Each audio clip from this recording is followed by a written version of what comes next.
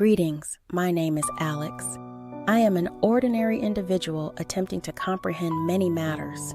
I live with my father, Daniel, an architect who is always busy with projects.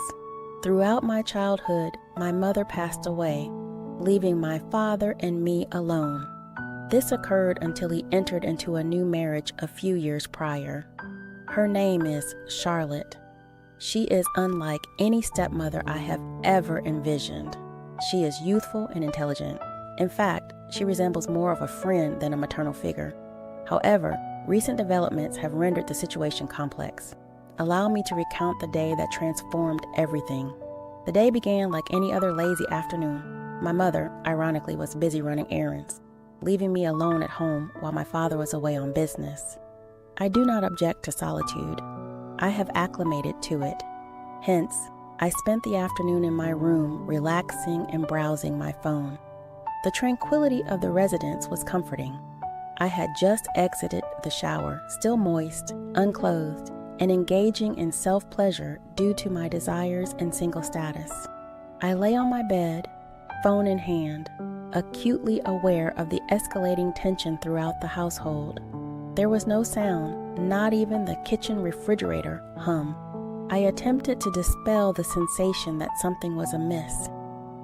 At that moment, I heard a gentle knock at my door. I did not anticipate anyone's arrival. My heart ceased to beat. My initial impulse was to don my shirt again. However, I paused to consider who may be at the door before I could act. The door emitted a creaking sound as it opened. Charlotte stood in the doorway, her gaze fixed on me in an unprecedented manner. She wore an informally fitted thin garment. She wore a sweatshirt and trousers, with her dark hair cascading casually down her shoulders. She appeared ambivalent, as if anticipating something. I was uncertain about how to proceed. I was entirely unprepared. "Apologies," she stated. Her voice was gentle yet imbued with an underlying strain. I did not intend to interrupt. I swiftly sprang to my feet, attempting to seize my shirt and don it, but something in her expression halted me. She was not irate, she was not distressed. In reality, she was merely observing me. Her gaze remained fixed. Charlotte faltered. Anticipating an unexpected visitor, she remained silent for a moment, then took a slow, deliberate step into the room. An unusual atmosphere enveloped her, suggesting that this was not merely a casual visit. As she advanced closer, I became immobilized. My heart raced, and I felt vulnerable, both physically and emotionally. My thoughts raced. Should I apologize or ask her to leave? Before I could articulate anything, she spoke again. "You should have locked the door." Her voice soft, yet tinged with an underlying intensity. I couldn't find the right words and couldn't take my eyes off her. A magnetic force existed between us that I could not comprehend, rendering it difficult to breathe and think with her proximity. I could now perceive the warmth of her body. Her presence was formidable. I intended to speak, but the words faltered as she approached, her touch grazing my bare arm. "I am aware," she murmured, "that you could not perceive the depth in her gaze, an intensity that captivated my attention." She gazed at me as if she could perceive my thoughts with complete clarity. It seemed as though she was anticipating my next action for an extended duration. Neither of us uttered a word. The stillness between us became dense and charged. Her breath on my skin quickened my heartbeat significantly. Alex spoke in a hushed tone, as if uncertain of her subsequent words. I was not anticipating this. I was uncertain about how to proceed. Though my thoughts were turbulent, my focus remained on her hand, hovering close to mine as if she was waiting for me to make a connection. Unconsciously, my hand reached for hers, quivering imperceptibly. She did not withdraw. Although she remained silent, Her gaze conveyed an implicit permission, suggesting she anticipated my initiation. I advanced toward her, my body seemingly acting independently. Her gaze remained fixed on mine as I extended my hand to caress her face, my fingertips brushing across her delicate skin. The bond between us was irrefutable.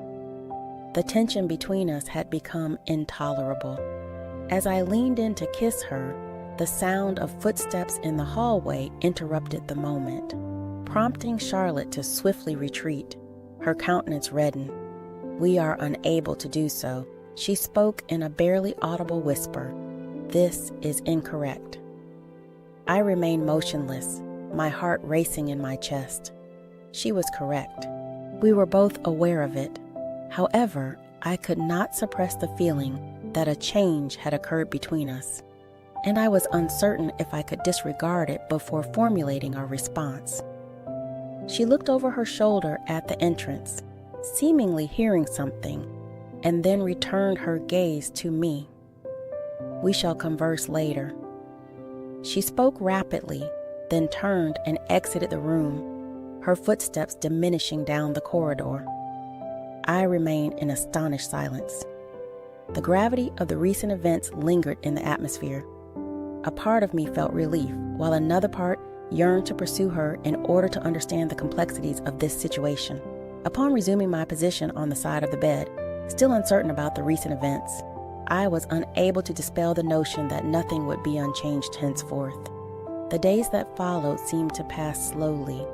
I was unable to cease contemplating the events that transpired between Charlotte and myself. It was not merely a transient occurrence, but rather something more profound.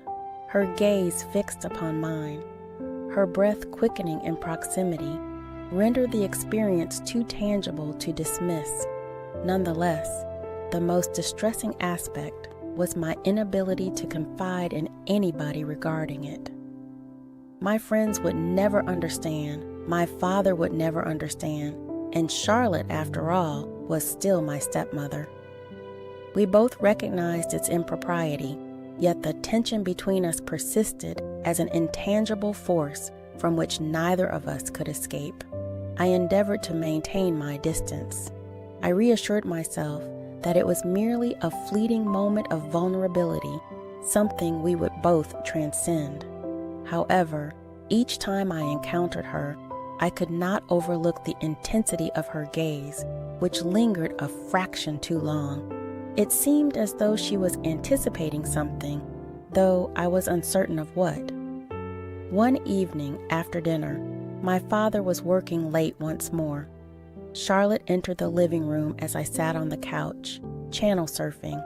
She donned a relaxed sweatshirt and leggings, her hair secured in a casual ponytail. She appeared altered, more remote, yet paradoxically more captivating. "Hey," she remarked, taking a seat beside me on the couch. "Do you mind if I join you?" I swallowed, attempting to maintain my composure. "Certainly not." I responded, my voice revealing the anxiety I experienced. She positioned herself adjacent to me, her shoulder contacting mine. I sensed the warmth emanating from her body, and I had to restrain myself from allowing my mind to revert to that moment in my chamber.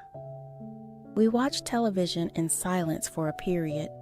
However, the atmosphere between us was laden with unarticulated sentiments.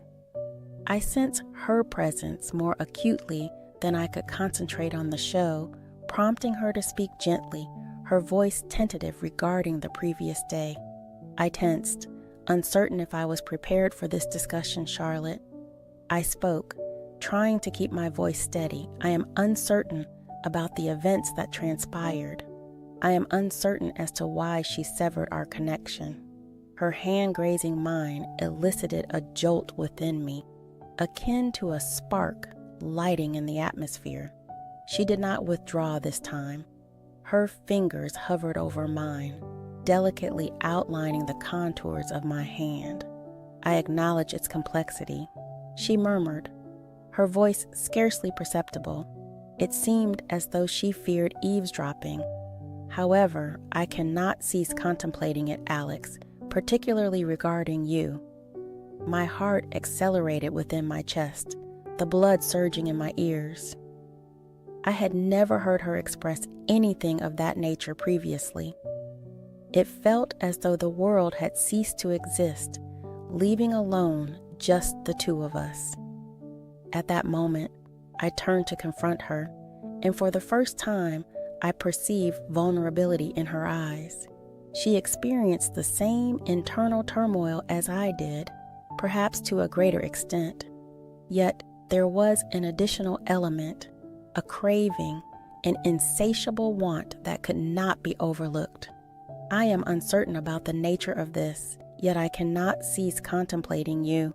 Her breath caught at my words, and she leaned in nearer, her lips nearly grazing my ear. "We cannot continue to feign that this is not occurring," she whispered. I was uncertain how to respond. I desired to withdraw and inform her that our actions were inappropriate. Yet the reality was that I did not wish to do so. I did not wish to repudiate my feelings for her, regardless of their perplexing or perilous nature. Before I could utter a word, she bridged the distance between us. Her lips grazed mine in the gentlest, most hesitant kiss I had ever encountered. My body became still, the surroundings dissipating as I reciprocated her kiss, my hands gliding to her waist, drawing her nearer. The kiss intensified the tension between us, electrifying the atmosphere. Her lips were warm and supple, and I had an indescribable surge, a need, a desire to go nearer to her and immerse myself in the moment. Yet, just as swiftly, she recoiled, her eyes wide with alarm. "We cannot proceed with this, Alex," she murmured, her voice faltering. "It is incorrect." I was at a loss for words. A portion of me recognized her correctness, yet another portion remained indifferent. All I understood was that I could not cease desiring her, Charlotte. I spoke in a subdued tone. "I am indifferent. I require only you." Her expression softened, and for an instant, I perceived the same need in her eyes that I experienced in my own. But then she averted her sight. Her countenance was suffused with remorse. "I am unable to do so," she stated, her voice quivering. "I cannot impose this upon your father or you. I comprehended my actions. Nevertheless, it did not alleviate the difficulty.